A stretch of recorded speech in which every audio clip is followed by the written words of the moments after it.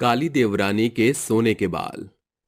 कावेरी का रंग बहुत काला था, साथ ही उसके सिर पर कुछ ही गिने चुने बाल थे, जिस कारण उसकी तीनों जेठानियां गौरी, रूपाली और आमना उसके साथ बेरुखी से पेश आती थी। अरे ओ कल्लू माई, कहाँ मर गई? आज हम जेठानियों को चाय नसीब होगी कि नहीं? बस अभी बनाती हूँ जेठानी जी, वो नहाने और बाल धोने में जरा सा समय लग गया। कावेरी की बात सुनते ही गौरी, रूपाली और आमना तीनों ही खिलखिलाकर हंसने लगती हैं। इस कल्लू माई के सर पर 4 बाल है नहीं, और देखो इसे नहाने में कितना समय लगा है। मुझे तो लगता है कि कहीं नहाते समय अपना एक एक बाल पकड़कर अच्छे से धोती होगी, कहीं वो भी टूटकर गिर ना जाए। जरा सोचो तो सही, इस गंजी के सर पर अभी 4 बाल मुश्किल से है। अगर इसके घने लंबे बाल होते तो इसे तो पूरा एक दिन नहाने में ही लग जाता, क्योंकि इसे अपना हर एक बाल जो धोना मल्ला होता है। अरे ओ नजर बट्टू, यहाँ खड़ी खड़ी अब हमारा मुंह क्या देख रही हो? जाओ रसोई में जाकर हमारे लिए गर्मा गर्म चाय बनाकर लाओ, और हाँ, साथ में गर्मा गर्म पकौड़े भी बना लेना। ये पहली दफा नहीं था जब कावेरी को अपने काले रंग के कारण अपनी जेठानियों के आगे शर्मिंदा होना पड़ा, क्योंकि उसे रोजाना ये बातें सुनकर बहुत बुरा लगता है, लेकिन वो किसी से कुछ नहीं कह पाती, जिसके चलते वो चुपचाप रसोई में जाती है और अपनी जेठानियों के लिए नाश्ता बनाना शुरू कर देती है। कुछ ही देर में कावेरी नाश्ता बनाकर अपनी जेठानियों को लाकर दे देती है। ये लीजिए जेठानी जी, मैं आपके लिए नाश्ता बनाकर लाई हूँ। पकौड़े भी हैं और गर्मा गर्म चाय भी है। गौरी जैसे ही पकौड़ा खाती है, वो अपने मुंह से पकौड़ा उगलते हुए काली देवरानी पर ताने कसती है। हे भगवान, छी छी छी छी, कितना गंदा स्वाद है इसका। क्यों री जली उपली, तू हमें ऐसे बेस्वाद पकौड़े खिलाकर पेट में दर्द करवाना चाहती है? मैं इसकी सब चाल जानती हूँ। ऐसा कहने के बाद रूपाली कसकर कावेरी का हाथ पकड़ लेती है और उसके हाथों को मरोड़ने लगती है, जिसके चलते बेचारी कावेरी को बहुत दर्द होने लगता है। इसको ऐसा लगता है कि अगर ये हमें ऐसा बेस्वाद खाना बनाकर खिलाएगी तो हम इससे खाना बनवाना छोड़ देंगे, लेकिन आज इसको इसकी गलती की सजा तो मिलनी ही चाहिए, ताकि दोबारा इसके हाथ का जायका ना बिगड़े। हाँ हाँ, इसे आंगन के पेड़ से बांध दो, इस गंजी टकले की जगह वहीं पर है। अरे नहीं नहीं, ये तो बहुत आसान होगा। क्यों ना हम इसके सर पर जो 4 बाल बचे हैं उन्हें भी उड़ा दें, क्योंकि इस बेचारी को अपने 4 बाल धोने में बहुत समय लगता है ना रहेगा बांस, ना बजेगी बांसुरी। आमना की बात मानकर वो तीनों मिलकर कावेरी के सिर के ऊपर से सारे बाल कैंची से काट देती हैं और उसे बिल्कुल गंजी बना देती हैं। ये तुमने क्या किया? थोड़ा तो मेरे बालों के बारे में सोचा होता। तुम तीनों मेरी जेठानी हो, मैंने तुम्हारे साथ कभी बुरा नहीं किया। अच्छा, इसकी जुबान कैंची की तरह भी चलती है। मैं तो कहती हूँ आज अच्छा मौका है, माँ जी भी सत्संग गई है, इस काली टकली चुड़ैल को इस घर से भगा देते हैं। गौरी, रूपाली और आमना तीनों मिलकर कावेरी को बहुत मारते पीटते हैं और उसे घसीट कर घर से निकाल देते हैं, और वो रोते बिलखते हुए एक जंगल की तरफ चलने लगती है। आखिर मैंने किसी का क्या बुरा किया जो मेरे साथ ऐसा हुआ? भगवान, ये किस जन्म की तुम मुझे सजा दे रहे हो?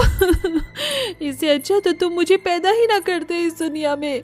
कावेरी रोते रोते चलती रहती है। तभी अचानक से उसके पैरों में एक पत्थर आ जाता है और वो धड़ाम से नीचे गिर जाती है, जिसके चलते उसके सिर पर एक गहरी चोट लगती है और वो वहीं बेहोश हो जाती है। बेहोश होने के बाद उसे उसकी माँ नजर आती है। मेरी बेटी, मैं जानती हूँ कि तुम्हें बहुत परेशानी हो रही है। इस काले रंग और बाल न आने की वजह से मैं तुम्हारी मदद करने आई हूँ। माँ, आप मेरी मदद मत करो, आप मुझे अपने साथ ले चलो। नहीं बेटी, ये जीवन बहुत ही मुश्किल से मिलता है। अपने जीवन के महत्व को समझो और अपनी जिंदगी में आगे बढ़ो। ऐसा कहने के बाद चंचल अपनी बेटी के सिर पर हाथ फेरती है, जिसके बाद उसके सिर पर सोने से सुनहरे लंबे बाल निकल आते हैं और वो बहुत सुंदर और गोरी हो जाती है। तभी अचानक से कावेरी की आंखें खुलती हैं। अरे, लगता है बेहोश होने की वजह से मुझे कोई सपना आ गया था। ऐसा सोचकर कावेरी एक नदी किनारे पानी पीने के लिए रुक जाती है, लेकिन जैसे ही वो अपने आप को पानी की परछाई में देखती है, वो हैरान रह जाती है।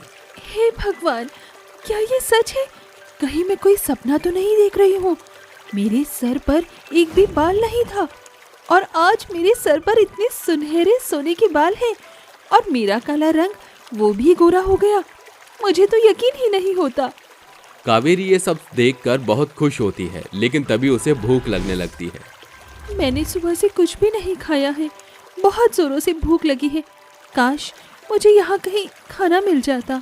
कावेरी के इतना कहते ही उसके सुनहरे बालों से एक रोशनी निकलती है, जिसके अंदर से बहुत ही स्वादिष्ट खाना प्रकट होता है। अरे ये क्या? लगता है ये कोई मामूली सोने के बाल नहीं, बल्कि जादुई सोने के बाल हैं और ये मेरी इच्छा पूर्ति को पूरा कर सकते हैं। कावेरी अब बहुत खुश होती है और पेट भरकर खाना खाती है, जिसके बाद वो अपने सोने के सुनहरे बालों से कहती है, जादुई सुनहरे बाल, मुझे रहने के लिए घर चाहिए, क्या तुम मेरी मदद कर सकते हो? कावेरी के इतना कहते ही कावेरी की जादुई सुनहरे बालों से एक रोशनी प्रकट होती है, जिसके बाद देखते ही देखते वहां एक बहुत सुंदर घर प्रकट हो जाता है। जैसे ही कावेरी उस घर के अंदर जाती है, उस घर में रहने की सभी सुख सुविधाएं होती हैं। अरे वाह, यहाँ तो रहने की सभी सुख सुविधाएं हैं, मुझे तो यकीन ही नहीं होता। तभी कावेरी एक कमरे की अलमारी खोलती है, जिसके अंदर बहुत प्यारी प्यारी और सुंदर ड्रेसेस होती हैं।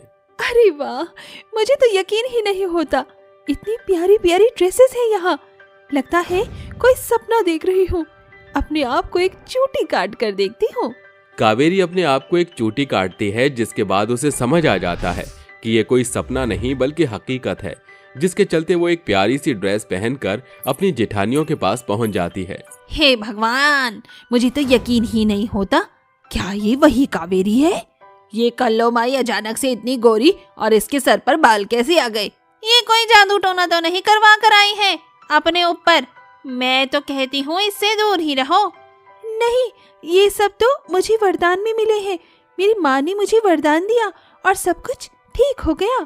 कावेरी की बात सुनने के बाद उसकी तीनों जेठानियों के मन में लालच आ जाता है, जिसके चलते वो प्यार का ढोंग रचाकर कावेरी के पास जाती हैं और उसके बाल छूने के लिए कहती हैं, अगर तुम्हारे ये बाल असली है ना, तो क्या हम इन्हें छू सकते हैं?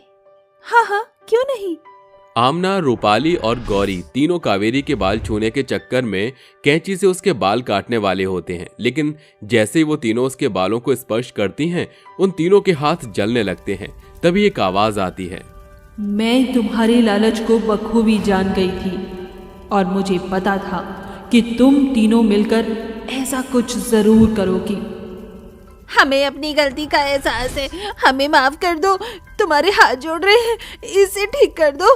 कावेरी, तुम्हें हमारी मदद करो, हम हाथ जोड़ रहे हैं, हमें बचाओ। आज के बाद हम आपकी बेटी के साथ ऐसा कभी कुछ नहीं करेंगे, हमें एक आखिरी मौका दे दो।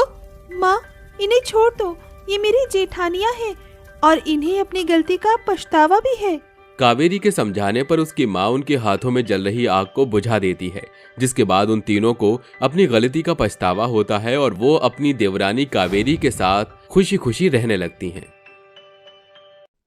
जामुन के पेड़ पर चुड़ैल का झूला।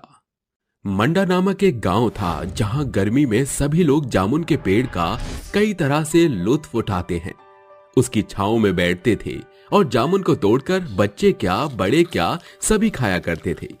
जामुन थे इतने अच्छे और इतना ही नहीं, बच्चे उस जामुन के पेड़ पर झूला लगाकर भी झूलते थे, क्योंकि वो जामुन का पेड़ बहुत बड़ा था। तभी दोपहर में 12 साल का टीटू अपने दोस्त सोनू और जोया के साथ उस पेड़ के जामुन तोड़कर खा रहा था। टीटू, सोनू, मेरे लिए भी जामुन तोड़ो ना।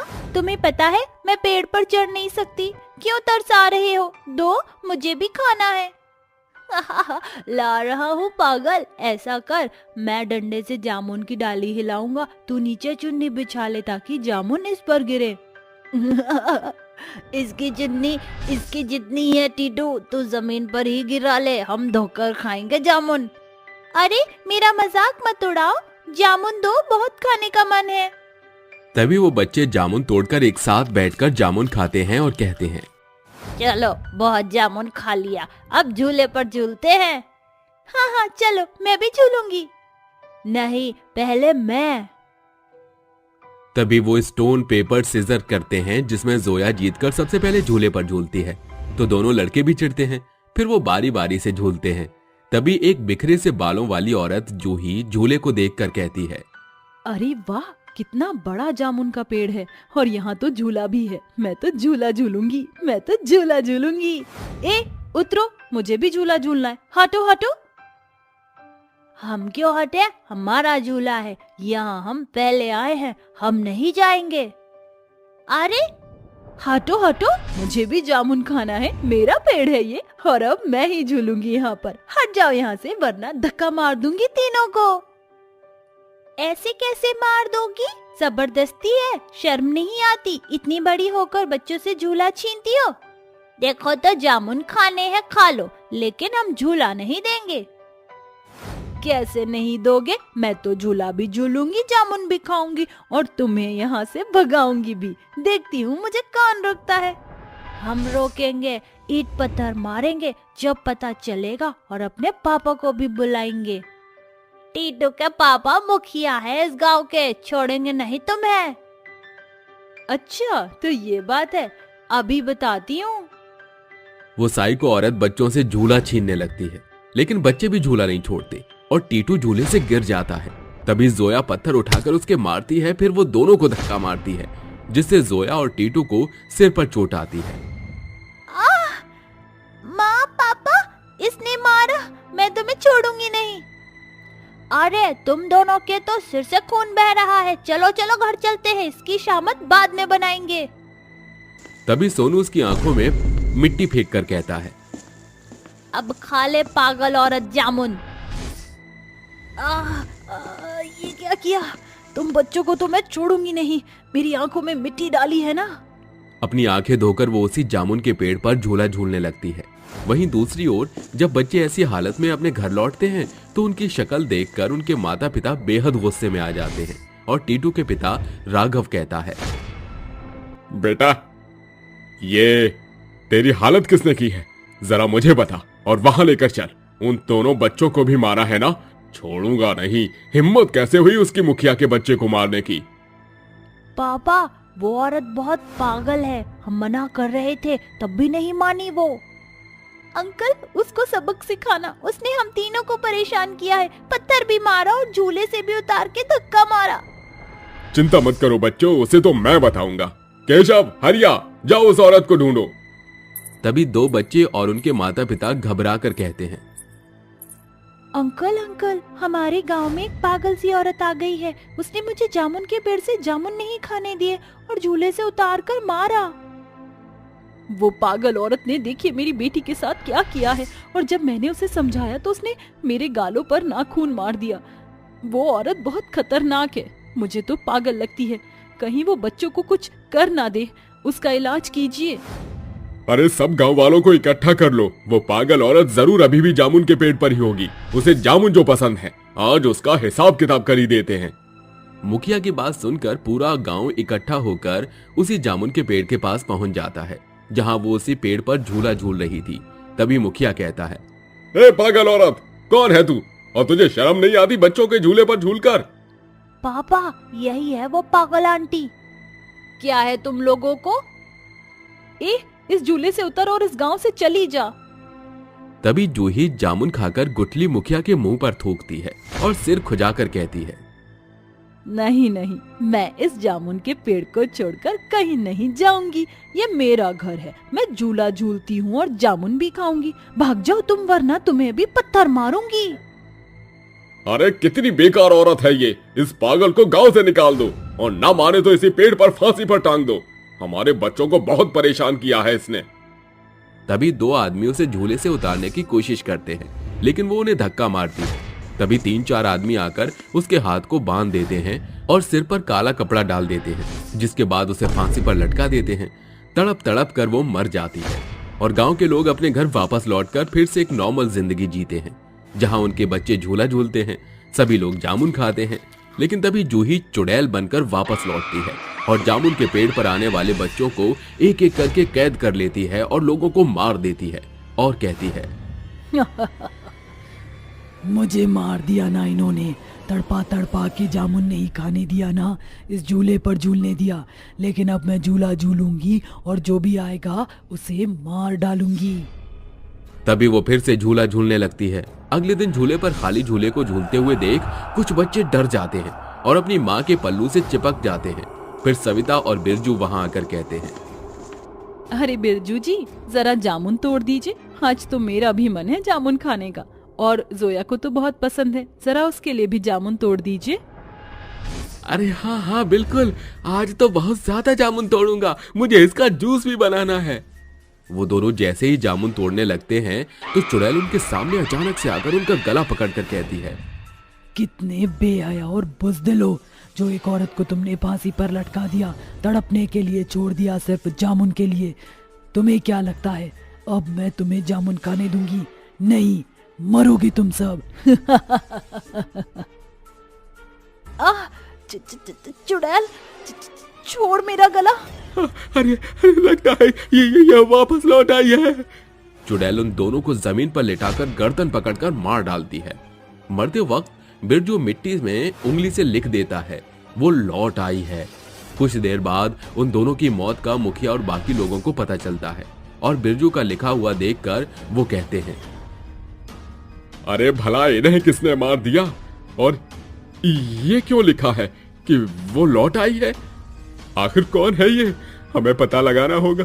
अरे कुछ बच्चे भी गायब हो गए हैं हमारे, और मेरा टीटू भी। अरे मुखिया जी, आप परेशान मत होइए, हम इसकी तह तक पहुंच जाएंगे। गांव में अचानक से लोगों की मौत होती है और 2-3 बच्चे गायब हो जाते हैं। मुखिया इस बात का पता लगाने के लिए एक तांत्रिक बाबा का सहारा लेता है, जो कि अपनी दिव्य दृष्टि से बताते हैं, आ गई है वो वापस लौट आई है, जिसे तुमने मारा था फांसी पर लटका कर। किसी को नहीं छोड़ेगी वो, जामुन के पेड़ में उसकी आत्मा बस गई है। तांत्रिक बाबा, हमें बचा लीजिए, कोई उपाय बताइए जिसकी वजह से मेरे बच्चे के साथ गांव के बाकी बच्चे भी गायब हो गए हैं, पता नहीं जिंदा भी है या नहीं। उसका उपाय यही है कि उस जामुन के पेड़ को जला दो, उसके बाद मुझे विधि करनी होगी वहां तुम सबकी सुरक्षा के लिए। तभी मुखिया हाथ में गंगा जल लिए गायत्री मंत्र का जाप करके उसे पेड़ पर गंगा जल छिड़कता है, जिससे चुड़ैल की शक्तियां कमजोर होती हैं। वो तड़पती है और कैद किए हुए बच्चे उस पेड़ में से वापस आ जाते हैं, जिसे देखकर मुखिया कहता है, अरे टीटू, मेरा बच्चा, आजा मेरे पास। चुड़ैल तू गई आज। मुखिया, तेरी हिम्मत कैसे हुई मेरे साथ ऐसा करने की? छोड़ूंगी नहीं तुझे। उसका गला पकड़कर उसे मारने की कोशिश करती है। इतने में तांत्रिक उस पेड़ को जला देता है, तभी चुड़ैल भी भस्म होकर मर जाती है।